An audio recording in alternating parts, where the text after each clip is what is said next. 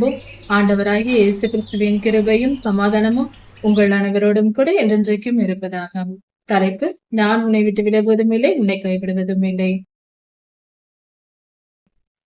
கர்த்தருக்கு பிரியமானது நம் ஒரு வியாபாரம் செய்கிறோம் என்றால் அதில் அளக்கக்கூடிய அளவுகள் எல்லாம் மிக சரியாய் இருக்க வேண்டும். அப்படி இருக்கும் பொழுது கர்த்தர் அதை ஆசீர்வதிப்பார். அது கர்த்தருடைய செயலாய் இருக்கும். கர்த்தர் அதை ஆசீர்வதித்து அப்படிப்பட்ட தொழிலை ஆசீர்வதித்து வழி நடத்துவார். பெருகும், செழிக்கும், ஐஸ்வர்யம் பெருகும். நாம் செய்யும் தொழில் பணத்திற்காக என்றாலும் நீதியாய் நியாயமாய் செய்ய வேண்டும். எடைகள், அளவுகள் துல்லியமாய் இருக்க வேண்டும். செய்யும் தொழிலில் வாக்கு மாறக்கூடாது. சொன்ன வாக்கை காப்பாற்ற வேண்டும். தரம் குறைந்ததாய் இருக்கக்கூடாது. எந்த தொழில் செய்தாலும் அதில் உண்மையும் நீதியும் நியாயமும் இருந்தால், ஏமாற்று வேலைகள் இல்லாமல் இருந்தால் கர்த்தர் அதை ஆசீர்வதிப்பார், ஐஸ்வர்யம் பெருகும். நீதிமொழிகள் 16ஆம் அதிகாரம் 1 முதல் 14ஆம் வசனம் வரை. மனதின் யோசனைகள் மனுஷனுடையது, நாவின் பிரதியுத்திரமோ கர்த்தரால் வரும். நாம் நினைப்பதெல்லாம், நம்முடைய நினைவுகள், நாம் நினைப்பது நம்முடையதா இருக்கிறது. நம் நினைவுகள் நமக்கு சொந்தமா இருக்கிறது, நாம நினைக்கிறோம். ஆனால் வார்த்தையாக உருவாகும் போது நாம் பேசுவது கர்த்தருடைய செயலா இருக்கிறது. நம் பேச்சு கர்த்தருடையதா இருக்கிறது. நம் நினைவுகள் நம்முடையது, பேச்சு கர்த்தருடையது. இதன் பொருள் என்ன என்றால், நம் ஆத்துமா, நம்முடைய மனம் பல காரியங்களை நினைக்கலாம். ஆனால் நாம் எதை பேச வேண்டும் என்பதை, கர்த்தருடைய பிள்ளைகளுடைய பேச்சை கர்த்தர் நிர்ணயிக்கிறார். இதை பேச வேண்டும், இதை பேசக்கூடாது என்று தம்முடைய ஆவியால் அவர்களை ஆளுகை செய்கிறார் என்பது பொருள். கர்த்தர் நம்மோடு இருந்து நன்மையானவைகளை நம்மை பேச வைக்கிறார். நாம் நினைப்பதெல்லாம் நமக்கு சொந்தமா இருக்கலாம், ஆனால் பேசுவது கர்த்தருக்கு சொந்தமானது. கர்த்தரை பேச செய்கிறார். மனுஷனுக்கு அவன் செய்யும் செயல்கள் எல்லாம் சுத்தமானவைகளாய் தோன்றும். ஒவ்வொரு மனிதனும் தன் மனதின்படி அவன் நீதிமான் என்றே தன்னை நினைத்துக் கொள்வான். நான் செய்வதெல்லாம் சரி என்ற எண்ணம் எல்லோர் மனதிலும் இருக்கிறது. ஆனால் எல்லோரும் சரியாய் செய்வதில்லை. அவரவர் வழி அவரவருக்கு சரியாய் தோன்றும். ஆனால் அதை பொருத்தி பார்க்க வேண்டும். கர்த்தருடைய வழிகளில் அதை பொருத்தும் பொழுது யார் செய்கிற செயல் பொருத்தமா இருக்கிறதோ அவர்களே சரியானவர்கள்.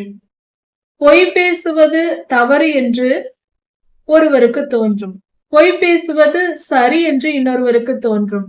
இப்படிப்பட்ட இருவர் நம்மிடத்தில் கேட்டால், பொய் பேசுவது தவறு என்று எப்படி சொல்வது?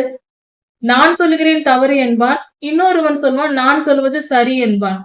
இப்படி இதில் நியாயம் தீர்ப்பது எப்படி என்றால், கர்த்தர் எதை சொல்லுகிறார்? பொய் சொல்வது தவறு என்று வேதம் நமக்கு சொல்லுகிறது. அதனால் நீ பாவி, பொய் சொல்வது தவறு, நீ அதை சொல்லாதே என்று சொல்ல வேண்டும். இதுதான் நியாயமா இருக்கிறது. இதே போல எல்லா காரியங்களிலும் நம்முடைய நினைவுகள் வேறு, கர்த்தருடைய நினைவுகள் வேறு. கர்த்தருடைய சிந்தையை நம்முடைய சிந்தையை பொருத்தி பார்க்க வேண்டும். கர்த்தருடைய சிந்தையின்படி நடப்பதே சரி, நம்முடைய விருப்பப்படி நடப்பது தவறாயிருக்கிறது. அவனவன் செய்யும் செயல்கள் அவனவனுக்கு நியாயமாய் தோன்றினாலும் கர்த்தர் அவர்களுடைய ஆவிகளை நிறுத்து பார்க்கிறார். எது சரி என்று முடிவு செய்வது கர்த்தரே செய்வார். அவர் நம்மை கவனித்து பார்ப்பார். யார் நீதிமான், யார் அக்கிரமக்காரன், யார் மனதில் என்ன இருக்கிறது என்பதை கவனித்து பார்ப்பார். சிலருடைய செயல்களை நாம் பார்க்கும் பொழுது அவர்கள் செய்யும் செயல்கள் மிக சரியாய் இருப்பது போல தோன்றும். ஆனால் அவர்கள் வாழ்க்கையில் பெரிய தவறை செய்து கொண்டிருப்பார்கள். இது நமக்கு வெளி தோற்றத்திற்கு தெரியாது. இப்படிப்பட்ட காரியங்களில் கர்த்தரே நியாயந்திருப்பார். கர்த்தருக்கு தான் தெரியும் ஒருவர் நல்ல எண்ணத்தோடு நன்மை செய்கிறார்களா, தீய எண்ணத்தோடு தீமை செய்கிறார்களா என்று. நம்முடைய செயல்களை கர்த்தருக்கு முன்பாக ஒப்புவிக்க வேண்டும். நாம் என்ன செய்கிறோம், எப்படி செய்கிறோம் என்பதை கர்த்தரிடத்தில் ஒப்படைக்க வேண்டும். அப்படி என்றால், கர்த்தாவே, என் வழிகளை, நான் செய்யும் செயல்களை நீர் ஆளுகை செய்து வழி நடத்த வேண்டும் என்று கர்த்தரிடத்தில் ஒப்புவித்து விட வேண்டும். நம் இஷ்டத்திற்கு நாம எதுவும் செய்யக்கூடாது என்று பொருள். அப்படி நாம் எந்த செயலை செய்தாலும் கர்த்தருக்கு ஒப்புவித்து நாம் செய்யும் பொழுது அது நன்மையாக வெற்றிகரமாக அமையும். அப்பொழுது உன் யோசனைகள் உறுதிப்படும். நாம் நம்முடைய செயல்கள் எல்லாவற்றையும், ஒரு தொழில் தொடங்குவதாய் இருக்கலாம், நாம் ஒரு செயல் எந்த செயலை செய்தாலும் இருந்தாலும் சரி, நாம் செய்யும் வேலையாக இருக்கலாம், எந்த காரியமாய் இருந்தாலும், ஊழியமாய் இருக்கலாம், எதுவாய் இருந்தாலும், கர்த்தாவே நான் இதையெல்லாம் செய்கிறேன், நீர் என்னை ஆசீர்வதிக்க வேண்டும் என்று முதலில் கர்த்தருடைய ஆலோசனையின்படிதான் நாம் அந்த காரியத்தை ஆரம்பிக்க வேண்டும். அதை செய்யும் பொழுதும் கர்த்தரிடத்தில் ஒப்படைக்க வேண்டும். சுவாமி, உம்முடைய சித்தத்தின்படி இந்த செயல்களை நான் செய்கிறேன், இதை நீரே வழி நடத்த வேண்டும் என்று அவரிடத்தில் ஒப்படைக்க வேண்டும். அப்பொழுது அவருடைய யோசனைகள் நமக்கு வரும். கர்த்தர் தரும் யோசனைகள் நமக்கு வந்து அந்த காரியம் நல்லபடியாக முடியும். ஒரு செயலை கர்த்தரிடத்தில் ஒப்படைத்து விடும் பொழுது அதற்குரிய யோசனைகளை கர்த்தரே நமக்கு சொல்லிக் கொடுப்பார். அதனால் நாம் எந்த செயலை செய்தாலும் கர்த்தரிடத்தில் அர்ப்பணித்து விட வேண்டும். அப்பொழுது அந்த செயல் அவருடைய சித்தத்தின்படி, அவருடைய யோசனையின்படி, அவருடைய விருப்பத்தின்படி நடப்பதினால் வெற்றிகரமாக அமையும். நாம் பயப்பட தேவையில்லை. என்ன நடக்குமோ, இது நடக்குமா, நடக்காதா, வெற்றிகரமாய் அமையுமா என்ற போராட்டங்களும் குழப்பங்களும் நமக்கு தேவைப்படாது. கர்த்தர் சகலத்தையும் தமக்காக படைத்தார். நாம் ஏன் சுயநலமாய் வாழக்கூடாது என்பதற்கு இந்த வசனம் நமக்கு அடையாளமாய் இருக்கிறது. அதாவது கர்த்தர் தமக்காக அவர் விருப்பத்தின்படியே இந்த காரியங்கள், அண்ட சராசரத்தையும் படைத்திருக்கிறார். இந்த பூமியையும் பூமியில் உள்ளவைகளையும் மனிதனையும் சேர்த்துதான் எல்லாவற்றையும் அவர் தமக்காக படைத்திருக்கிறார். அவர் ஒரு திட்டம் வைத்து இந்த செயல்களை இப்படி நடக்க வேண்டும் என்று ஒரு திட்டமிடுதலோடு மனிதனை படைத்திருக்கிறார். அப்படி இருக்கும் பொழுது எல்லா சிருஷ்டிப்புகளும் கர்த்தருடைய வார்த்தையை கேட்டு நடக்கின்றன, மனிதனை தவிர. மனிதன் மட்டும் தன் இஷ்டப்படி தானாக ஓட தொடங்குகிறான். அதனால்தான் கர்த்தருடைய கரங்களில் அடிபட்டு துன்பப்பட்டு வேதனைப்பட வேண்டிய நிலை மனிதனுக்கு வருகிறது. கர்த்தர் அவருக்காக தான் அவர் வேலையை செய்வதற்கு அவர் ஒரு திட்டம் வைத்திருக்கிறார். அவருக்கு சொந்தமாக, அவருக்காக, அவரால் படைக்கப்பட்ட ஒரு பிறவிதான், ஒரு செயல்தான் மனிதன். அப்படி இருக்க நாம் அவர் வார்த்தையின்படி அவருக்கு கீழ்ப்படிந்து வாழ்வதே நீதியாயிருக்கிறது. நாம் நம் இஷ்டப்படி வாழ வேண்டும் என்றால் நம்மை நாமே உருவாக்கி இருக்க வேண்டும். நாமே ஒரு தோற்றத்தை உருவாக்கி, ஒரு உயிரை உருவாக்கி, உணர்வுகளை உருவாக்கி, நாம் வாழும் பூமியை உருவாக்கி நமக்கு நாமே செய்திருந்தால் நம் இஷ்டப்படி நாம் வாழலாம். அதில் நியாயம் இருக்கிறது. கர்த்தரால் படைக்கப்பட்ட பூமியில் கர்த்தரால் கொடுக்கப்பட்ட உணவை சாப்பிட்டு கொண்டு, கர்த்தர் தரும் காற்றை சுவாசித்துக் கொண்டு, கர்த்தருடைய கரங்களில் நம் உயிர் இருக்கும் பொழுதே நாம் நம் இஷ்டப்படி நடப்பதற்கு நமக்கு உரிமை இல்லை. நாம் கர்த்தருக்கு சொந்தமானவர்கள். அவர் விருப்பப்படி நாம் வாழ வேண்டியவர்கள். பூமியும் பூமியில் உள்ளவைகளும் சர்வ சிருஷ்டிப்புகளும், அண்ட சராசரத்தில் ஸ்பேஸில் இருப்பவைகளும், கேலக்சிகள், யூனிவர்ஸ், மல்டி யூனிவர்ஸ் எதுவாயிருந்தாலும் எல்லாம் கர்த்தரால் படைக்கப்பட்டது, அவருக்கு சொந்தமானது.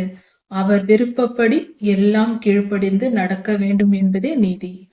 தீங்கு நாளுக்காக துன்மார்க்கனையும் படைத்திருக்கிறார். கர்த்தர் தீங்கு நாளுக்காக படைத்திருக்கிறாராம். அப்படி என்றால் ஒரு தமக்கென்று தன்னுடன் வாழ்வதற்கு நீதிமான்களையும் தீயவர்களை நரகத்திற்கு தள்ளுவதற்கே என்றே அவர்களையும் படைத்திருக்கிறாராம். சாத்தானிடத்தில் ஒப்பு கொடுத்து அக்னி கடலுக்கு தள்ளுவதற்காகவே துன்மார்க்கனையும் படைத்திருக்கிறார் என்று வேதம் சொல்லுகிறது. அவர்களை விருப்பப்படி கர்த்தர் படைக்கவில்லை, அவர்களை படைத்தார். அவர்கள் துன்மார்க்கமாய் போனார்கள். அவர்களை அக்னி கடலில் பொல்லாதவனுக்கு சொந்தமாய் விட்டுவிட்டார். நீ பாவம் செய்தாய், எனக்கு கீழ்ப்படியாதவன் அங்கு போ என்று அனுப்பிவிடுவார். இதிலிருந்து என்ன தெரிகிறது என்றால், ஒரு மனிதன் பரலோகத்திற்கு செல்வதும் அக்னி கடலுக்கு செல்வதும் கர்த்தருடைய கரத்தில் இருக்கிறது. நாம் கர்த்தருக்கு கீழ்ப்படிந்து அவர் இரக்கத்தையும் கிருபையையும் பெற்றுக்கொண்டால் அவரோடு சேர்ந்து பரலோகத்தில் வாழலாம். அவருக்கு கீழ்ப்படிந்து நம்மை தாழ்த்தி நாம் அவருடைய ஆளுகையை ஏற்றுக்கொள்ள வேண்டும். அப்பொழுதுதான் ராஜாதி ராஜாவாய் அவர் நம்மை ஆளுகை செய்து மீட்டுக் கொள்வார். நாம் கர்த்தருடைய வார்த்தைக்கு செவி கொடுக்காமல் அவரை மதிக்காமல் போனால் அழிய வேண்டியதுதான், வாழ முடியாது. தீங்கு நாளுக்கு ஒப்பு கொடுப்பதற்காக துன்மார்க்கனையும் அவர் விட்டுவிட்டார், நியமித்து வைத்திருக்கிறார். அதாவது இது எப்படி புரிந்து கொள்ள வேண்டும் என்றால், ஒரு செடியில் காய் காய்க்கிறது, பழம் பழுக்கிறது, அதன் மேல் தோள்கள் இருக்கிறது, உள்ளே விதைகள் இருக்கிறது, கனியும் இருக்கிறது. எல்லாம் சேர்ந்துதான் ஒரு மரம் பிறப்பிக்கிறது. நாம் அந்த பழத்தை பறிக்கிறோம், அதன் தோல் விதைகளை நீக்கிவிட்டு அந்த சுவையான பழத்தை மட்டும், அந்த சதை பகுதியை மட்டும் சாப்பிட்டு விட்டு விதைகளையும் தோள்களையும் தூக்கி எறிந்து விடுகிறோம் குப்பையில். அது போலதான் கர்த்தரும். கர்த்தர் படைக்கிறார், தீயவைகளை அக்னிக்கு தள்ளுகிறார், அக்னி கடலுக்கு. அவருக்கு கீழ்ப்படிந்து நடக்கிறவர்கள் நல்ல பழம் போல, அதை அவர் ஏற்றுக்கொள்கிறார். இதுதான் சரியான ஒரு புரிதல். மன மேட்டிமை உள்ளவன் எவனும் கர்த்தருக்கு அருவருப்பானவன். பெருமை, கர்வம் இப்படியாக வாழ்கிறவர்கள் கர்த்தருக்கு அருவருப்பானவர்கள். பெருமைப்படக்கூடாது. பெருமையுள்ள மனம் கர்த்தருக்கு அருவருப்பானது. நான் என்ற பெருமை, கர்வம் இருக்கவே கூடாது. திறமைசாலி, படிப்பாளி, பணம் இருக்கிறது, அழகு இருக்கிறது, எதையாவது நினைத்து கொண்டு, படிப்பு இருக்கிறது, பதவி இருக்கிறது என்று எதையாவது நினைத்து கொண்டு தன்னை பெரியவனாக நினைக்க கூடாது. அப்படி செய்வதே பெருமையா இருக்கிறது. அந்த பெருமை இருந்தால் எல்லா பாவமும் வரும். அதனால் அப்படிப்பட்டவர்கள் கர்த்தருக்கு அருவருப்பானவர்கள். இது எதுவும் நம்மிடத்தில் இல்லாதபடி நம்மை பார்த்து கொள்ள வேண்டும். நம் மனதை தாழ்த்தி வைக்க வேண்டும். நாம் எல்லோரையும் போல, மனிதர்களைப் போல நாமும் மனிதர்கள். நமக்கு ஒரு திறமை இருக்கும், மற்றவர்களுக்கு வேறொரு திறமை இருக்கும். எல்லா மனிதர்களும் சமம் என்ற உணர்வு இருக்க வேண்டும். கர்த்தர் பெரியவர், நாம் சிறியவர்கள், மண்ணோடுகளுக்கு ஒத்த ஓடு என்று புரிந்து கொள்ள வேண்டும். இப்படி மன மேட்டிமையாய், கர்வமாய், பெருமையாய் இருப்பவர்கள் கையோடு கை கோர்த்தாலும் அவர்கள் தண்டனைக்கு தப்பார்கள். கர்வத்தோடு, பெருமையோடு, அகந்தையாய் நடப்பவர்கள் கையோடு கை கோர்த்தாலும் என்றால் எவ்வளவுதான் அதன் பின்பு பெருமையை வைத்துக்கொண்டு எவ்வளவுதான் நற்கிரியைகள் செய்தாலும் அதனால் கர்த்தர் அவர்களை மன்னித்து விட்டுவிட மாட்டார். ஆக்கினைக்கு தப்பான் என்று சொல்லப்பட்டிருக்கிறது. தப்பிக்கவே முடியாது. அப்படிப்பட்ட பாவம், கர்த்தர் அருவருக்கிற காரியம் பெருமை. மிக ஆபத்தான குணம் பெருமை. அதாவது கொலை செய்கிறவனை கூட கர்த்தர் அப்படி சொல்லவில்லை. எந்த பாவத்தை செய்கிறவனையும் கூட கர்த்தர் அப்படி சொல்லவில்லை. கையோட கை கோர்த்தாலும் ஆக்கினைக்கு தப்பான். அவன் நியாய தீர்ப்பை அடைவது நிச்சயம், மன்னிப்பே கிடையாது என்று சொல்வது போல சொல்லி இருக்கிறார். கர்த்தர் மிகவும் அருவருக்கிற குணமாய் இருக்கிறது பெருமை. ஆதியிலே ஏசாயா 14 எசேக்கியேல் 28 சொல்லப்பட்டிருக்கிறது. ஆதியிலே லூசிபர் என்ற தேவதூதன் தன்னை உயர்த்தி பெருமை பாராட்டி கர்த்தருக்கு சமமாக மாறுவேன் என்று சொன்னதினால், அவன் நினைத்ததினால், இருதயத்தில் நினைத்ததினால் அவன் சாத்தானாக கீழே தள்ளப்பட்டான். அவன்தான் சாத்தான். அப்படி கர்த்தர் அருவருக்கிற ஒரு மிகப்பெரிய காரியமா இருக்கிறது. இந்த பெருமை மட்டும் துளி கூட நம் இருதயத்தில் இல்லாதபடிக்கு நம்மை நாம் தினமும் ஜெபித்து வேதம் வாசித்து கழுவி சுத்திகரித்துக் கொள்ள வேண்டும். துணியை கழுவ வேண்டும், சுத்தப்படுத்த வேண்டும் என்றால் தண்ணீரையும் சோப்பையும் பயன்படுத்துவோம். நம் இருதயம் கழுவப்பட வேண்டும் என்றால் தினமும் கழுவி சுத்திகரிக்க வேண்டும். அப்பொழுதுதான் பரிசுத்தமாய் இருக்கும். அதற்கு வேத வாசிப்பும் ஜபமும் வேண்டும். வேத வாசிப்பும் ஜபமும் சோப்பும் தண்ணீரும் போல நம் இருதயத்தை கழுவி சுத்திகரிக்கும். கையோடு கை கோர்த்தாலும் அவன் தண்டனைக்கு தப்பான். என்ன நற்கிரியைகளை செய்தாவது, எதை செய்தாவது நாம் கர்த்தரிடத்திலிருந்து நியாய தீர்ப்பிலிருந்து தப்பிக்கொள்ளலாம், மன்னிப்பை பெற்றுக் கொள்ளலாம் என்று நினைக்க வேண்டாம். பெருமையோடே இருந்து கொண்டு மன்னிப்பை பெற முடியாது. மனம் திரும்பினால் மன்னிப்பு கிடைக்கும். பெருமைக்காரனுக்கு மன்னிப்பு கிடையாது. திருந்து விட்டால் நாம் பரிசுத்தமாய் மாறிவிடுகிறோம், அதனால் மன்னிப்பு கிடைக்கும். ஆனாலும் தண்டனை உண்டு. பெருமை பாராட்டி என்னென்ன பாவம் செய்தாலும் அந்த மனிதருக்கு தண்டனை உண்டு. சில நேரங்களில் நாம் நினைக்கலாம், பெருமையோடு அகம்பாவமாய் நம்மிடத்தில் நம்மை துன்பப்படுத்தினவர்களை நினைத்து பார்க்கும் போது, பேசின பேச்சுகளை நினைக்கும் பொழுது நமக்கு மிகுந்த வேதனையா இருக்கும். கவலைப்பட வேண்டாம். அப்படிப்பட்டவர்களை கர்த்தர் நியாயத்தீர்ப்பார். நாம் அந்த பாதையை கற்றுக்கொண்டு விடக்கூடாது. அவர்கள் வாழ்வை பார்த்து நாம் கற்றுக்கொள்ளக்கூடாது. எப்பொழுதும் நீதிமானை கர்த்தர் கைவிடுகிறதும் இல்லை, துன்மார்க்கனுக்கு கை கொடுக்கிறதும் இல்லை. அதை மனதில் ஆழமாக வைத்துக் கொண்டு தீயவர்களை, அவர்கள் குணத்தை கற்றுக்கொள்ள கூடாது. அதை பின்பற்றவும் கூடாது. கிருபையினாலும் சத்தியத்தினாலும் பாவம் நிவர்த்தியாகும். நம்முடைய பாவங்கள் போக வேண்டும் என்றால் கர்த்தருடைய கிருபையும் அவருடைய சத்தியமும் நமக்கு தேவை. அவர் கண்களில் கிருபை கிடைத்து அவருடைய சத்திய வேத வசனம் நமக்கு வரும் பொழுது நம் பாவம் நிவர்த்தியாகும். நம் பாவங்கள் மன்னிக்கப்படும் என்று பொருள். கர்த்தருடைய கண்களில் கிருபையை பெற்று வேத வசனங்கள் நமக்குள் ஏற்றுக்கொண்டு வேத வசனத்தை ஏற்றுக்கொண்டு நாம் வாழும் பொழுது நம் பாவங்கள் எல்லாம் மறைந்து போய் நமக்கு பரிசுத்தம் உண்டாகும். கர்த்தருக்கு பயப்படுகிறதினால் மனுஷர் தீமையை விட்டு விலகுவார்கள், தீமையை விட்டு விலகி விடுவார்கள். கர்த்தருக்கு பயந்தால் தீமை செய்ய தைரியம் வராது. கர்த்தர் இருக்கிறார், அவர் தண்டிப்பார், அவர் என்னை பார்த்து கொண்டிருக்கிறார் என்ற உணர்வு இருக்கும் பொழுது தீமை செய்ய மாட்டார்கள். அதுதான் கர்த்தருக்கு பயப்படுகிற பயம். ஒருவனுடைய வழிகள் கர்த்தருக்கு பயந்து நடந்தால், ஒருவனுடைய வழிகள் கர்த்தருக்கு பிரியமாயிருந்தால், நாம் கர்த்தருக்கு கீழ்ப்படிந்து நீதியின்படி வாழ்ந்து கொண்டிருந்தால் நம்முடைய சத்துருக்களும் நம்மோடு சமாதானமாகும்படி கர்த்தர் செய்வார். பலர் நமக்கு சமாதானமாய் வாழ்வதும் நமக்கு எதிரியாய் எழும்புவதும் கர்த்தரிடத்தில் தான் இருக்கிறது. கர்த்தரே இதை அனுமதிக்கிறார். எல்லோரும் நம்முடன் சமாதானமாய் இருப்பதென்றாலும் நம்மை பகைக்கிறவர்கள் அதிகமாகிறார்கள் என்றாலும் எது நடந்தாலும் அது கர்த்தருடைய சித்தத்தின்படி அவரே அதை அனுமதிக்கிறார். நாம் நீதிமானாய் நடக்கும் பொழுது நம் எதிரிகள் கூட நம்மிடத்தில் சமாதானமாய் வந்து பேசுவார்கள், சமாதானம் அடைவார்கள். பகை ஒழிந்து போகும். அந்த அளவுக்கு கர்த்தர் கிரியை செய்வார். அதனால் நீதியின் பாதையை தெரிந்து கொள்வோம், எல்லோருடனும் சமாதானமாய் இருப்போம். இது எவ்வளவு பெரிய மிகப்பெரிய ஆசீர்வாதமாய் இருக்கிறது. நம்முடைய சத்துருக்களும் பகையை மறந்து ஒன்றாய் மாறுவார்கள் என்பது மிகப்பெரிய காரியமாய் இருக்கிறது.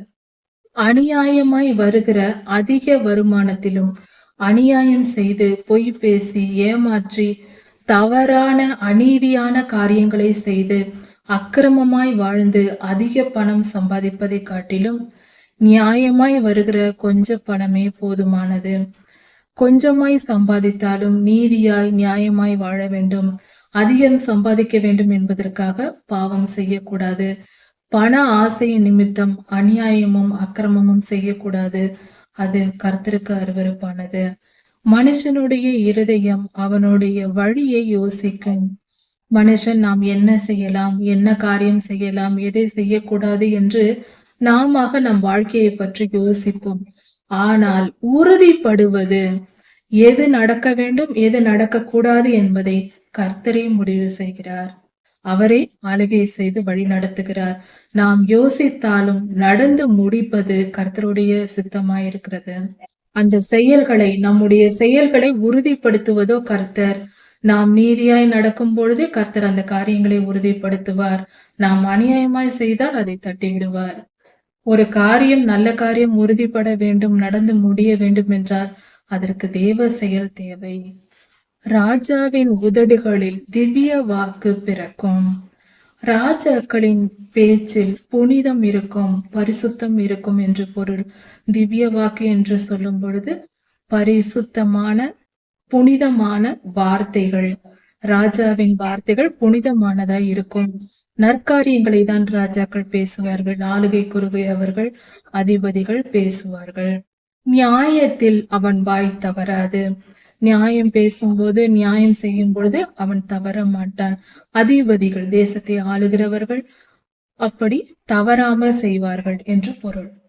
நியாயமாய்தான் அவர்கள் செயல்படுவார்கள். அநியாயத்திற்கும் அக்கிரமத்திற்கும் துணை போக மாட்டார்கள். சுமத்திரையான நிறை கல்லும் தராசும் கர்த்தருடையது, பையிலுள்ள கற்கள் எல்லாம் கர்த்தருடையது.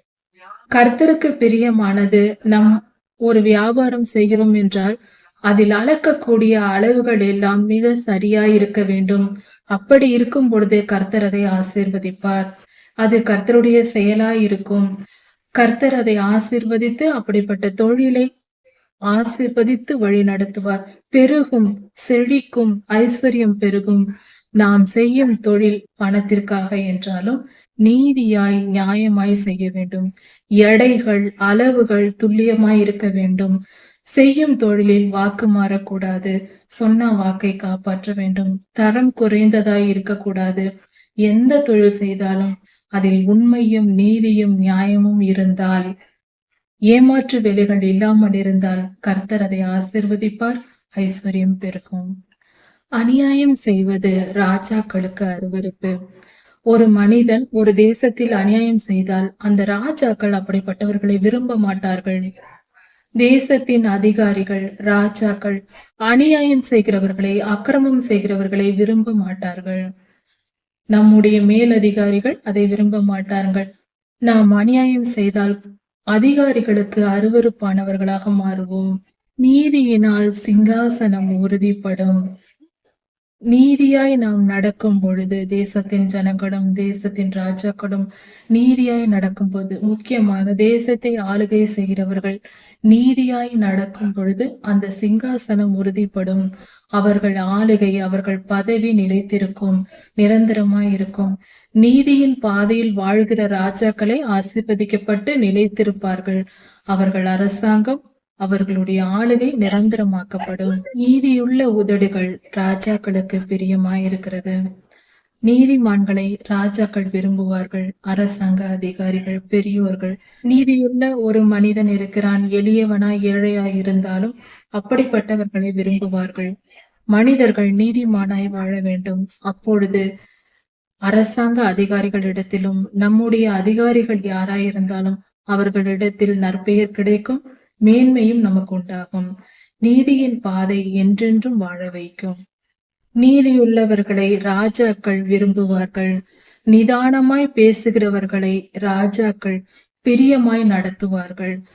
நம்மை ஆளுகை செய்கிறவர்களிடத்தில், அதிகாரிகளிடத்தில், உயர்ந்த ஸ்தானத்தில் இருக்கிற அரசாங்க அதிகாரிகளிடத்திலும், நம் தேசத்தை ஆளுகை செய்கிற மிகப்பெரிய அரசாங்க அதிகாரிகள், பெரிய அதிகாரிகளிடத்திலும், ராஜாக்களிடத்திலும் நாம் நற்பெயர் எடுக்க வேண்டும், பிரியமாய் இருக்க வேண்டும் என்றால் நாம் நிதானமாய் பேச அறிய வேண்டும்.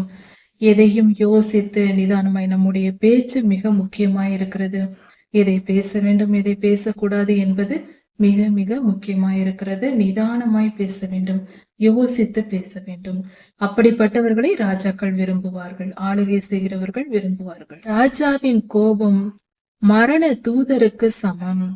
ஒரு ராஜா கோபப்பட்டால் அந்த மனிதன், அந்த கோபத்திற்குரிய மனிதன் மரணமடைய போகிறான் என்று பொருள். ராஜாவின் கோபத்திற்கு ஆளாக கூடாது. அதிகாரிகளை கோபமூட்டக்கூடாது. ஞானம் உள்ளவனோ அதை ஆற்றுவான். நம் அதிகாரிகளை, பெரியோர்களை நாம் என்ன செய்ய வேண்டும்? ஆற்ற வேண்டும். அவர்கள் கோபத்தை தணியும்படி பேச தெரிய வேண்டும். ஞானமாய் நடக்க வேண்டும். ஞானம் உள்ளவர்கள் அவர்கள் கோபத்தை ஆற்றுவார்கள்.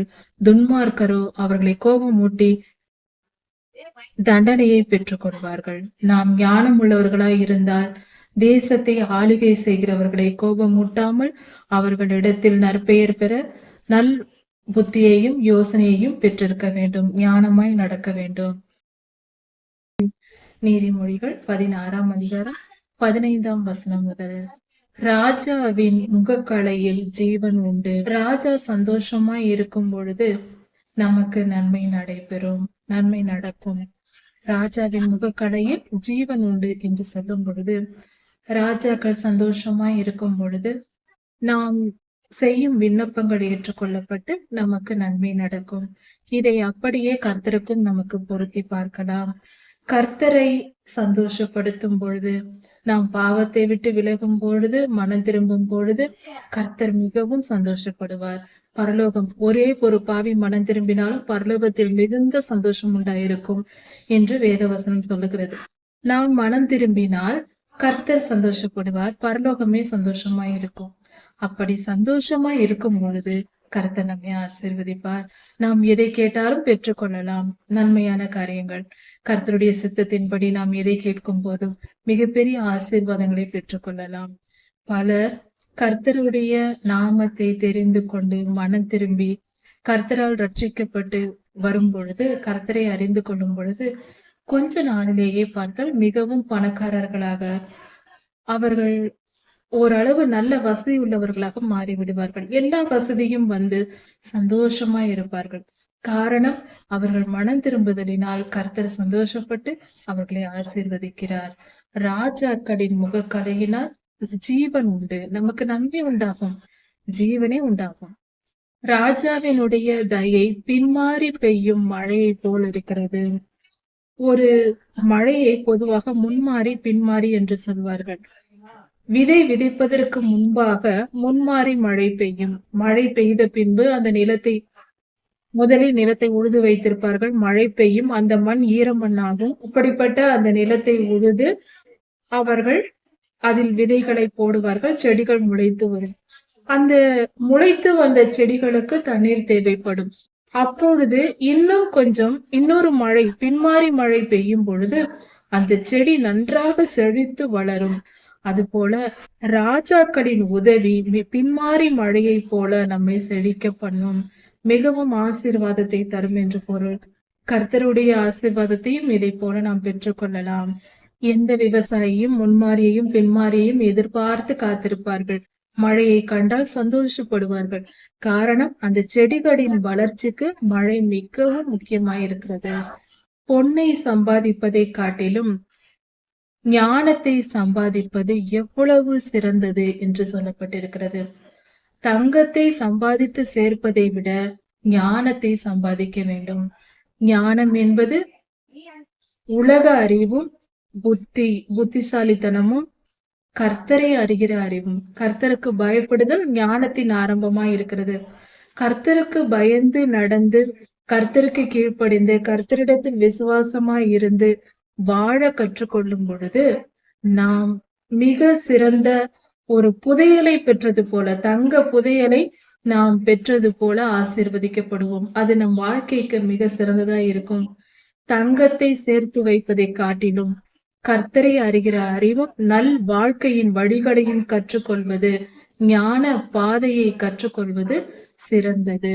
வெள்ளியை பார்க்கிலும் வெள்ளியை சம்பாதிப்பதை விட புத்தியை சம்பாதிப்பது சிறந்தது. புத்திசாலித்தனம் வேண்டும். எதை எப்படி செய்ய வேண்டும், என்ன செய்ய வேண்டும் என்ற புத்திசாலித்தனம் வேண்டும். யோசிக்க வேண்டும். எந்த ஒரு காரியத்தையும் யோசித்து சரியாக செய்ய பழக வேண்டும், கற்றுக்கொள்ள வேண்டும். புத்திசாலித்தனம் என்பது பிறப்பினால் வருவது. உலகத்தில் படிக்கிற படிப்பு போன்ற காரியங்களினால் அறிவை பெற்றுக்கொள்கிறோம். ஞானம் கர்த்தரிடத்திலிருந்து வரும். பரிசுத்த ஆவியை பெற்றால் நாம் கர்த்தருடைய ஞானத்தை பெற்றுக்கொள்ளலாம். தீமையை விட்டு விலகுவதற்கு செம்மையானவர்கள் விரும்புவார்கள். அப்படி என்றால் மனதில் நல்ல குணமுடையவர்கள், கர்த்தருக்கு பயந்து நீதியாய் வாழ நினைக்கிறவர்கள், கர்த்தருக்கு கீழ்ப்படிந்து நீதியாய் வாழ விரும்புகிறவர்கள் செம்மையான பாதையை விரும்புவார்கள். நீதியின்படி நடக்கவும் கர்த்தருடைய வார்த்தைகளை கை கொள்ளவும் விரும்புவார்கள். அதுவே சரியான பாதை, அது சமனான பாதை. தீமையை விட்டு விலக வேண்டும். எந்த பாவத்தையும் எந்த கெடுதலையும் பிறர் மனதை காயப்படுத்தும் பேச்சுகளையும் செயல்களையும் நாம் செய்யக்கூடாது. தீமையை விட்டு விலக வேண்டும். சுயநலமாய் பெருமையாய் வாழக்கூடாது. இதுதான் தீமை. இப்படிப்பட்ட தீமையை விட்டு விலகுகிறவர்கள் கர்த்தருடைய பிள்ளைகள். செம்மையானவர்கள் என்றால் நீதிமான்கள் என்றும் சொல்லலாம். நீதியின் பாதையில் நடப்பவர்கள், அவர்களுக்கு இது சமனான பாதை. நீதிமான்கள் இதை விரும்புவார்கள். தீமை என்றால் எனக்கு வேண்டாம், நான் பரிசுத்தமாய் வாழ வேண்டும் என்பதை விரும்பி ஏற்றுக்கொள்வார்கள். அவர்கள் விருப்பம் நீதியின் மேல் இருக்கும், தீமையின் மேல் இருக்காது. தன் நடையை கவனித்திருக்கிறவன் தன் ஆத்துமாவை காப்பாற்றுகிறான். ஒரு மனிதன் தன் வாழ்க்கையில் நாம் என்ன செய்கிறோம், சரியாய் செய்கிறோமா இல்லையா என்று யோசித்து நீதியின் பாதையில் நடந்தால், வாழ்க்கையில் நடந்து வந்தால், ஒவ்வொரு செயலையும் நீதியாய் நியாயமாய் கவனமாய் தீர்மானம் செய்து முடிவெடுத்து அதை செயல்படுத்தினால் தன் ஆத்துமாவை காப்பாற்றுகிறான். மனித வாழ்க்கையில் நாம் ஒரு காரியத்தை எப்பொழுதும் செய்ய வேண்டும். என்னவென்றால், ஒவ்வொரு நாளும் எந்த செயல் செய்தாலும் இந்த முடிவு எடுக்கிறோம், இது கர்த்தருக்கு பிரியமானதா, இது நீதியின் பாதையா என்று ஆராய்ந்து ஒவ்வொரு செயலையும் செய்ய வேண்டும். அப்படி செய்யும் பொழுது அதுவே சிறந்த வாழ்க்கையின் முறையா இருக்கிறது. நித்திய ஜீவனுக்கு போகும் வழியா இருக்கிறது. சின்ன காரியம்தான், மிக சுலபமாய் செய்யக்கூடிய காரியம்தான். ஆனால் அதில் கவனமாய் இருந்தால்தான் நித்திய ஜீவனுக்கு போக முடியும். தினந்தோறும் எப்பொழுதும் எல்லா மணி நேரத்திலும் நாம் இதில் கவனமா இருக்க வேண்டும். நாம் என்ன செய்கிறோம்? மற்றவர்களுடன் பேசிக் கொண்டிருக்கிறோம், சாதாரணமாக நண்பர்களுடன் பேசிக் கொண்டிருக்கிறோம் என்றால் அப்பொழுதும் நாம் கவனமா இருக்க வேண்டும். நாம் பேச்சில் அடுத்தவரை பற்றி குற்றம் சுமத்துகிறோமா, அடுத்தவர் மேல் குற்றம் சுமத்துகிறோமா, அது பாவம். புறம் கூறுகிறோமா, அது பாவம். அவதூறு சொல்லுகிறோமா, பாவம். பொய் பேசுகிறோமா, பாவம். அரட்டை அடித்து வீணாய் நேரத்தை வீணாக்குவது பாவம். அதை விட்டு விலகி வந்து விட வேண்டும். பரிசுத்தமாய் வாழ வேண்டும். கர்த்தருடைய வார்த்தையை போய் மணிக்கணக்காக நாம் சுவிசேஷம் சொல்லுகிறோம் என்றால் நல்ல காரியம், அதை செய்வோம். 3 மணி நேரம் 10 மணி நேரம் வேண்டுமென்றாலும் செய்யலாமே, தவறில்லையே, அது பரிசுத்தம். இப்படி ஒவ்வொன்றையும் நாம் பேச்சு, நடத்தை, செயல் எல்லாவற்றையும் கவனிக்க வேண்டும். நாம் இப்பொழுது இந்த காரியம் செய்கிறோம், இது சரியா என்று கவனித்துக் கொண்டே செய்ய வேண்டும். இப்படி நாம் கவனித்துக் கொண்டு தவறை விட்டு விலகி சரியானதை செய்து கொண்டே வந்தால் நித்திய ஜீவனுக்குள் போய்விடலாம். மிக சுலபம். அழிவுக்கு முன்னானது அகந்தை.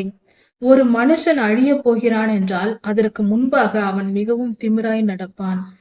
பெருமை, கர்வம். பெருமை பிடித்தவன் அழிந்து போவான் என்று பொருள்.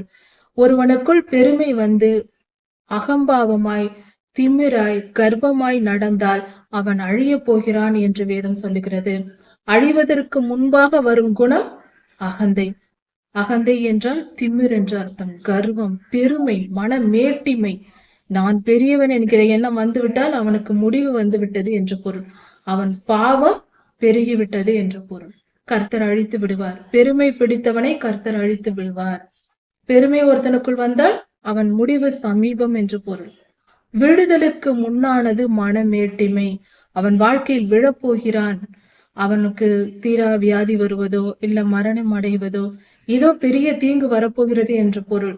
கர்ப்பம் பிடித்து அலைகிறவனை, பெருமை பிடித்து அலைகிறான் என்றால் அது மிகப்பெரிய கொடுமையா இருக்கிறது.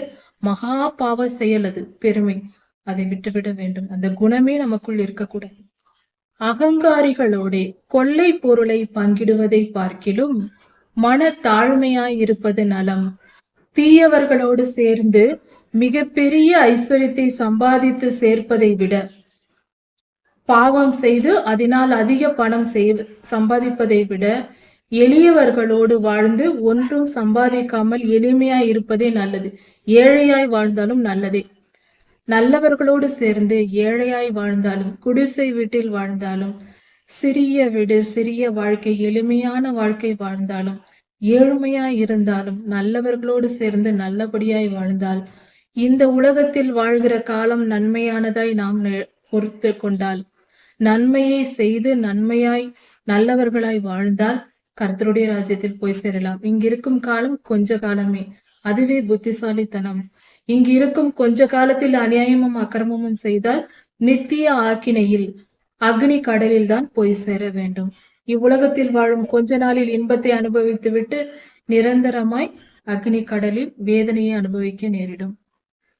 யார் புத்திசாலியாய் வாழ வேண்டும் என்பதை, எது புத்திசாலித்தனம் என்பதை நாமே முடிவு செய்ய வேண்டும். விவேகத்துடன் காரியத்தை நடப்பிக்கிறவன், விவேகமாய் நடந்து ஒரு காரியத்தை செய்கிற மனிதன் நன்மையை பெற்றுக்கொள்வான். எந்த செயலை செய்தாலும் விவேகமாக யோசித்து நிதானித்து காலம் நேரம் அறிந்து கர்த்தருடைய சித்தம் என்னதா என்று முதலில் தெரிந்து கொள்ள வேண்டும். அதை சரியானபடி கர்த்தருடைய ஆலோசனையின்படி நாம் செய்தால் நிச்சயம் வெற்றி கிடைக்கலாம், நன்மையை பெற்றுக்கொள்ள முடியும். கர்த்தரை நம்புகிறவன் பாக்கியவான். கர்த்தரின் சித்தம் அறிந்து எந்த செயலையும் செய்ய வேண்டும். கர்த்தர் விரும்புகிற செயலை செய்தால் பரலோகம் நமக்கு உதவியாய் வரும். கர்த்தர் அனுமதிப்பார். கர்த்தர் நமக்கு உதவி செய்து அதை வெற்றி பெற செய்வார். கர்த்தரை நம்புகிறவன் அதிர்ஷ்டசாலி. கர்த்தரை நம்பினால் நிச்சயம் நன்மை கிடைக்கும், அதுவே அதன் பொருள். பாக்கியவான் என்றால் அவர் அள்ளி கொடுப்பார் என்று பொருள். எந்தவித காரணமும் இல்லாமல் கர்த்தரை நம்பி இருந்தால் போதும், கர்த்தர் நம்மை அதிர்ஷ்டத்தினால் அள்ளி கொடுப்பார், நம்மை ஆசீர்வதிப்பார். பண பொருள் மட்டுமல்ல, சகல ஐஸ்வர்யத்திலும் சகல ஆசீர்வாதங்களிலும் நம்மை ஆசீர்வதிப்பார். பரலோக ஆசீர்வாதங்கள், ஆவிக்குரிய ஆசீர்வாதங்கள், இவ்வுலக வாழ்க்கைக்கு ஏற்ற ஆசீர்வாதங்கள் எல்லாவற்றையும் கர்த்தர் தருவார். இருதயத்தில் ஞானம் உள்ளவன் விவேகி என்று எண்ணப்படுவான். இருதயத்தில் ஞானமாய் நடப்பவர்கள் விவேகியாய் இருக்கிறார்கள். விவேகம் அவர்களுக்குள் இருக்கிறது. காலத்தை அறியும் அறிவையும் உணர்ந்திருக்கிறார்கள் என்று பொருள். உதடுகளின் மதுரம் கல்வியை பெருக பண்ணும். இனிமையான வார்த்தைகளை பேச அறிய வேண்டும். நல் வார்த்தைகளை பேச வேண்டும். அப்படி பேசி நாம் நடக்கும் பொழுது அறிவு பெருகும், கல்வி அறிவு பெருகும் என்று சொல்லப்பட்டிருக்கு. இனிமையான வார்த்தைகளை பேசும் பொழுது நல்ல அறிவு வரும். புத்தி தன்னை உடையவர்களுக்கு ஜீவ ஊற்று. ஒரு மனிதன் புத்திசாலியாய் இருந்தால் அவனுக்கு அது ஜீவ ஊற்றாய் இருக்கும். புத்திசாலி தன் உயிரை காப்பாற்றிக் கொள்வான். உயிரை காப்பாற்றும் பல காரியங்கள் அவனுக்கு கிடைக்கும். அவன் பரலோகத்தை அடைய முடியும். அக்னி கடலுக்கு தப்பி வைக்கலாம். நியாய தீர்ப்புக்கு தப்பி கர்த்தரிடத்தில் போய் சேரலாம். புத்தி தன்னை உடையவர்களுக்கு அது ஜீவ ஊற்றாய், உயிரை காக்கும் ஊற்றாய் இருக்கிறது. மதியீனரின் போதனை மதியீனமே. புத்தி இல்லாதவர்கள் போதிக்கும் போதனைகளும் புத்தி கெட்டத்தனமாய் இருக்கும். முட்டாள்களின் போதனை முட்டாள்தனமாக தான் இருக்கும். முட்டாள்களிடத்தில் ஞானத்தை கற்றுக்கொள்ள முடியாது. ஞானிகளுடைய இருதயம் அவனுடைய வாய்க்கு அறிவை ஊற்றும். அப்படி என்றால் ஞானிகள் ஞானத்தால் நிரம்பிய இருதயத்திலிருந்து அவர்கள் வாயிலிருந்து அறிவின் வார்த்தைகள் வெளிப்படும். இருதயத்தில் ஞானம் இருந்தால் அறிவு வெளிப்படும். அப்படி என்றால் ஞானவான்கள் அறிவை பேசுவார்கள். ஞானம் உள்ளவர்களாயிருந்து அறிவை பேச வேண்டும். நாம் அப்படிதான் வாழ வேண்டும். அவன் உதடுகளுக்கு அது மேன்மேலும் கல்வியை கொடுக்கும். அந்த அறிவான பேச்சுகள் மேலும் கல்வியை கொடுக்கும். அவன் உதடுகளுக்கு அது மேன்மேலும் கல்வியை கொடுக்கும் என்று சொல்லும் பொழுது பல காரியங்களை புத்தி உள்ளவர்கள், அறிவுள்ளவர்கள், விவேகியா இருக்கிறவர்கள் மேலும் மேலும் அறிவில் விருத்தி அடைவார்கள், பழுகி பெருகுவார்கள். அறிவு வந்தது முடிந்து போய் விடாது, அது தொடர்ந்து வளரும். கல்வி அறிவு, உலக அறிவு, கர்த்தருக்கேற்ற அறிவு எல்லாவற்றிலும் வளரும். அது முடிவு பெறாது, வளர்ந்து கொண்டே இருக்கும் என்று பொருள். இனிய சொற்கள் தேன் கூடு போல். இனிமையான வார்த்தைகள் தேன் கூடு போல மனிதனுடைய இருதயத்திற்கு ஆத்துமாவுக்கு மதுரமும் எலும்புக்கு மருந்துமாய் இருக்கிறது. அதாவது ஒரு நோயாளிக்கு மருந்து கொடுப்பது போல ஒரு மனிதனுடைய தேன் எப்படி இனிமையா இருக்கிறதோ அது போல இனிமையான சொற்கள் தேன் கூடு போல மனதிற்கு இனிப்பா இருக்கும். தேனை சாப்பிடும் பொழுது எப்படி இனிக்குமோ அது போல நம் மனதிற்கு அது இனிப்பாய் இருக்கும். நம் எலும்புகளுக்கு அது மருந்தாய் இருக்கும். ஔஷதம் என்றால் மருந்து என்று பொருள். நம் எலும்புகளை குணப்படுத்தும், பலப்படுத்தும் ஒரு மருந்தாய் இருக்கிறது. இனிய வார்த்தைகளின் கேட்கும் பொழுது நல்ல வார்த்தைகள், நான் நல்ல வார்த்தைகளை, உற்சாகப்படுத்தும் வார்த்தைகளை, நல்வார்த்தைகளை, உங்களுக்கு நன்மை நடக்கும் என்ற ஆசீர்வாத வார்த்தைகளை நாம் கேட்கும் பொழுது நம் எலும்புகள் பலனடையும். நம் மனம் இனிமையை அனுபவிக்கும். நம் மனதிற்கு சந்தோஷத்தை கொடுக்கும். இனிமையான வார்த்தைகளை பேச அறிய வேண்டும், பிறருக்கு சொல்ல வேண்டும். மனுஷனுக்கு செம்மையாய் தோன்றுகிற வழிகள் உண்டு, அதன் முடிவோ மரண வழிகள். நமக்கு நம்முடைய அறிவை கொண்டு யோசிக்கும் போது நாம் எடுக்கும் சில வாழ்க்கையின் முடிவுகள் மிக சரியானது, மிக நல்லது என்று தோன்றும். ஆனால் அதன் முடிவோ மரண வழிகள், மரணத்தில் கொண்டு போய் முடித்துவிடும். நாம எந்த முடிவும் எடுக்கக்கூடாது. நம்முடைய செயல்கள் எல்லாவற்றையும் கர்த்தரிடத்தில் ஒப்புவித்து அவர் விருப்பத்தின்படி முடிவெடுத்து அவர் சொல்வதை கேட்டு கீழ்ப்படிந்து நடக்க வேண்டும். ஜெபத்திலும் வேத வாசிப்பிலும் தரித்திருந்து கர்த்தரிடத்தில் கேட்டு எல்லா காரியத்தையும் செய்யும் பொழுது அது நன்மையாய் முடியும். எப்பொழுதும் நன்மையே நடக்கும். பரலோகத்திலும் நம்மை கொண்டு போய் சேர்க்கும். பாவத்திலிருந்தும் தீங்கிலிருந்தும் நம்மை காப்பாற்றும். பிரயாசப்படுகிறவன், முயற்சி செய்கிறவன், பிரயாசப்பட்டு ஓடி உழைத்து கஷ்டப்படுகிறவன் அவன் தனக்காகவே உழைக்கிறான், தன் தேவைகளுக்காகவே உழைக்கிறான். அதிகமாய் உழைக்கிறவனிடத்தில் அவன் சரீரமே அதிகமாய் கேட்கும். கொஞ்சமாய் உழைக்கிறவனிடத்தில் அவனுடைய தேவைகளும் கொஞ்சமாய் இருக்கும் என்று வேதம் சொல்லுகிறது. அதாவது அதிகமாய் பிரயாசப்படுகிறவன், அதிக முயற்சி எடுக்கிறவனிடத்தில் அதற்குரிய பலனும் அதிகமாய் அவனுடைய சரீரம் கேட்கும். செலவுகளும் அதிகமாகும். அதிகமாய் உழைத்து அதிகமாய் சம்பாதிக்க நினைத்தால் அதற்குரிய அதிக செலவுகளும் அதில் நமக்கு இருக்கும். அவன் வாய் அவனிடத்தில் அதை வருந்தி கேட்கும். அப்படி என்றால் அதற்குரிய பலனை விரும்பவே அனுபவிக்க வேண்டும். அந்த உழைப்பின் பலனை அனுபவிக்க வேண்டும் என்று அந்த மனம் விரும்பும். பல கோடி ரூபாய் பணம் சம்பாதித்தாலும் மனதில் எண்ணம் தோன்றும், இந்த பணத்தை எப்படி நாம் அனுபவிப்பது என்று நமக்குள் ஒரு கேள்வி எழுந்தும். 100 ரூபாய் சம்பாதித்தாலும் அதே எண்ணம் வரும், இந்த பணத்தை நாம் எப்படி அனுபவிக்கலாம் என்று. இதுதான் இந்த வசனத்தின் பொருள். வேலையாளின் மகன் கிண்டி விடுகிறான் என்றால் விபச்சார பாவம் செய்கிறவன், பாவியான மனிதன் சண்டையை மூட்டி விடுவான், கோல் மூட்டி விடுவான், பிறரை துன்பப்படுத்தி வேடிக்கை பார்ப்பான். எரிகிற அக்னி போன்றது அவன் உதடுகளில் இருக்கிறது. அவன் உதடுகளில் இருப்பது எரிகிற அக்னி துண்டு என்று சொல்லப்பட்டிருக்கிறது. அப்படி என்றால் அவன் பேச்சு அக்னியாய் இருக்கும். அவன் பற்ற வைத்து விடுவான், பிறரை துன்பப்படுத்தி வேடிக்கை பார்ப்பான். ஒழுக்கமற்ற ஒரு மனிதன் இப்படியாக இருப்பான். ஒழுக்கமற்ற ஒரு மனிதன் பிறருக்கு தீமை செய்து பிறரை துன்பப்படுத்தி மகிழ்வான். அது அவனுடைய வேலையாய் இருக்கிறது. மாறுபாடுள்ளவன் சண்டையை கிளப்பி விடுகிறான். பொய் சொல்வதும் புறங்கூறுவதும் பாவமான பேச்சுகளை பேசுகிறவனும் சண்டையை மூட்டி விடுவான். எந்த இடத்தில் இருந்தாலும் அங்கு சண்டையை மூட்டி விடுவான். அமைதியா இருப்பது அவர்களுக்கு பிடிக்காது. தீயவர்களின் குணமாயிருக்கிறது. கோல் சொல்லுகிறவன் பிராண சிநேகிதரையும் பிரித்து விடுவான். ஒருவருக்கொருவர் கோல் மூட்டி ஒருவரை பற்றி ஒருவரிடத்தில் இல்லாததும் பொல்லாததையும் சொல்லி சண்டையை மூட்டி விடுகிற மனிதர்கள் இருப்பார்கள். அவர்களை கோல் மூட்டுகிறவர்கள். அப்படிப்பட்டவர்கள் பிராண சிநேகிதரையும் பிரித்து விடுவார்கள். உயிருக்குயிராய் நேசித்துக் கொண்டிருக்கிற நண்பர்களை கூட பிரித்து விடுவார்கள். கோல் மூட்டி இல்லாததையும் பொய்யையும் சொல்லி இப்படிப்பட்ட தீயவர்கள் செய்வார்கள்.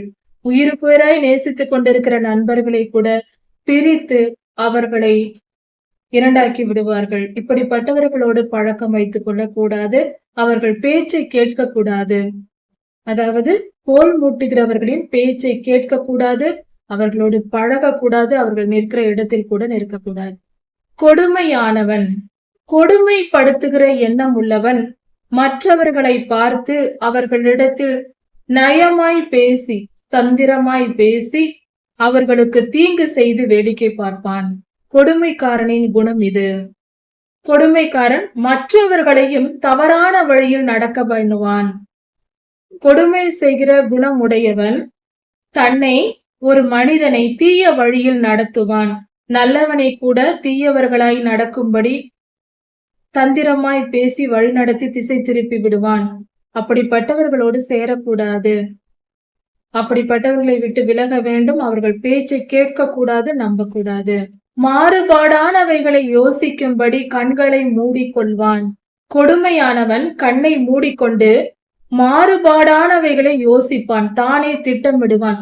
தவறாக தப்பாக எல்லா காரியங்களையும் திட்டமிடுவான். அப்படிப்பட்ட குணமுடையவனாய் கொடுமைக்காரன் இருப்பான். ஒருவன் கொடுமைப்படுத்தும் குணம் உடையவனாயிருந்தால் அவன் மிகவும் பொல்லாதவன். அப்படிப்பட்ட மனிதனின் செயல்கள் பயங்கரமாய் இருக்கும். அவன் கண்களை மூடிக்கொண்டு தானாகவே தன் கண்ணில் பட்டாலும் நம்பாமல் பல காரியங்களை தானாக யோசித்து கொடுமைப்படுத்துவான். தீமையை செய்யும்படி தன் உதடுகளை கடிப்பான். மிகவும் கொடுமையும் கோபமுமாக பிறரை துன்பப்படுத்தி மகிழ்வான். நீதியின் வழியில் உண்டாகும் தலைமுடியானது தலை நரைத்து, அதாவது நீதியாய் வாழ்ந்து ஒரு மனிதனின் வயதான காலத்தில் தலைமுடியெல்லாம் நரைத்து போகும் அந்த காலத்தில் அந்த முடி கிரீடமாய் இருக்கிறது. நீதியின் பாதையில் நடக்கிற மனிதனுடைய முதிர் வயதின் காலம் அவனுக்கு கிரீடமாய் இருக்கும். அது மகிமையை தரும், மகிமை உள்ளதாய் இருக்கும். அந்த மனிதன் தன் வாழ்க்கையின் முடிவில் உயர்ந்த ஸ்தானத்தில் இருப்பான். கர்த்தர் அவனை உயர்த்தி வைப்பார் என்று பொருள். பலவானை பார்க்கிலும் நீடிய சாந்த குணம் உள்ளவன் உத்தமன். ஒருவன் மிகப்பெரிய பலசாலியாய் இருப்பதை விட அவன் சாந்த குணம் உள்ளவனாய் இருப்பதே சிறந்தது. நீடிய சாந்த குணம் இருக்க வேண்டும். எதற்கும் கோபப்படாமல் இருப்பவனே பலசாலி. எவ்வளவுதான் சரீரத்தில் பலமாய் இருந்தாலும் ஒரு வார்த்தை சொன்னதும் கோபப்பட்டால் அவன் பலவீனன். பலசாலி என்றால் அது சரீரத்தில் அல்ல, அவனுடைய பலன் அவனுடைய மனதில் இருக்க வேண்டும். உத்தமன் அதாவது நேர்மையானவன், நீதியின்படி வாழ்கிறவன் என்று பொருள். நீடிய சாந்த குணம் உள்ளவனால் தான் உத்தமமாய் வாழ முடியும். சாந்த குணம் நமக்குள் இருந்தால்தான் உத்தமனாய் நாம் வாழ முடியும். பட்டணத்தை பிடிக்கிறவனை பார்க்கிலும் தன் மனதை அடக்குகிறவன் உத்தமன். ஒரு பெரிய பட்டணத்தில் யுத்தம் செய்து அதை வெற்றி பெறுவதை விட தன் மனதை அடக்கி ஆள பழகுகிறவனே உத்தமன். நல்லது, அது மிகவும் கடினமானது என்று பொருள். மனதை அடக்குவது என்பது கடினமானதுதான். அதை செய்கிறவனே உத்தமனாய் இருக்க முடியும். மனதை அடக்கி பழக வேண்டும். கர்த்தருடைய பிள்ளைகள் கர்த்தருக்கு கீழ்ப்படிய வேண்டும். விசுவாசம் உள்ளவர்களாய் இருக்க வேண்டும். கர்த்தருக்கு கீழ்ப்படிதல், ஞானமாய் நடக்க கற்றுக்கொள்ள வேண்டும். கர்த்தருடைய வசனங்களை கடைபிடித்து நடக்க வேண்டும். தாழ்மை உடையவர்களாய் இருக்க வேண்டும். நீடிய சாந்த குணம் உள்ளவர்களாய் இருக்க வேண்டும். ஆவியின் கனிகளை பெற்றிருக்க வேண்டும். 9 ஆவியின் கனிகள் கலாத்தியர் 5ஆம் அதிகாரத்தில் கொடுக்கப்பட்டிருக்கிறது. சீட்டு மடியிலே போடப்படும், காரிய சித்தியோ கர்த்தரால் வரும்.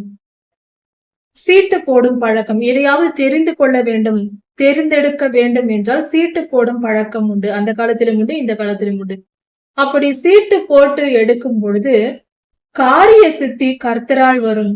அதில் வரும் முடிவுகள் கர்த்தருடைய செயலாய் இருக்கும். மடியிலே நாம் சீட்டை போட்டு வேண்டாமானாலும் நாம் எடுக்கலாம். ஆனால் காரியம் நடப்பது என்பது தேவ செயல் இருந்தால்தான் நடக்கும். நாம எதையும் செய்துவிட முடியாது. இந்த உலகத்தில் நாம் முயற்சி செய்யலாம். கர்த்தர் அதை நினைத்தால், கர்த்தர் மனது வைத்தால், அவருக்கு சித்தமானால் அது வெற்றியாய் முடியும். கர்த்தர் இப்படியாய் நம்மை வழிநடத்த விரும்புகிறார். கர்த்தருக்கு பிரியமானவர்களாய் மாறுவோம். ஆவியின் கனிகளை பெற்றுக்கொள்வோம். மாம்சத்தின் கிரியைகளை அகற்றி போடுவோம். கலாத்தியர் 5ஆம் அதிகாரத்தை எடுத்து படிப்போம். கர்த்தர் நம்மை ஆசீர்வதித்து பரிசுத்தமாக்குவார். இருதயம் பரிசுத்தமாகட்டும். பரிசுத்தவான்களோடு பரிசுத்த பரலோகத்தில் பரிசுத்தரோடு வாழ்ந்திருப்போம். கர்த்தர் உங்களை ஆசீர்வதிப்பாராக. இதன் தொடர்ச்சி அடுத்த செய்தியில் பார்க்கலாம். மாரநாதா.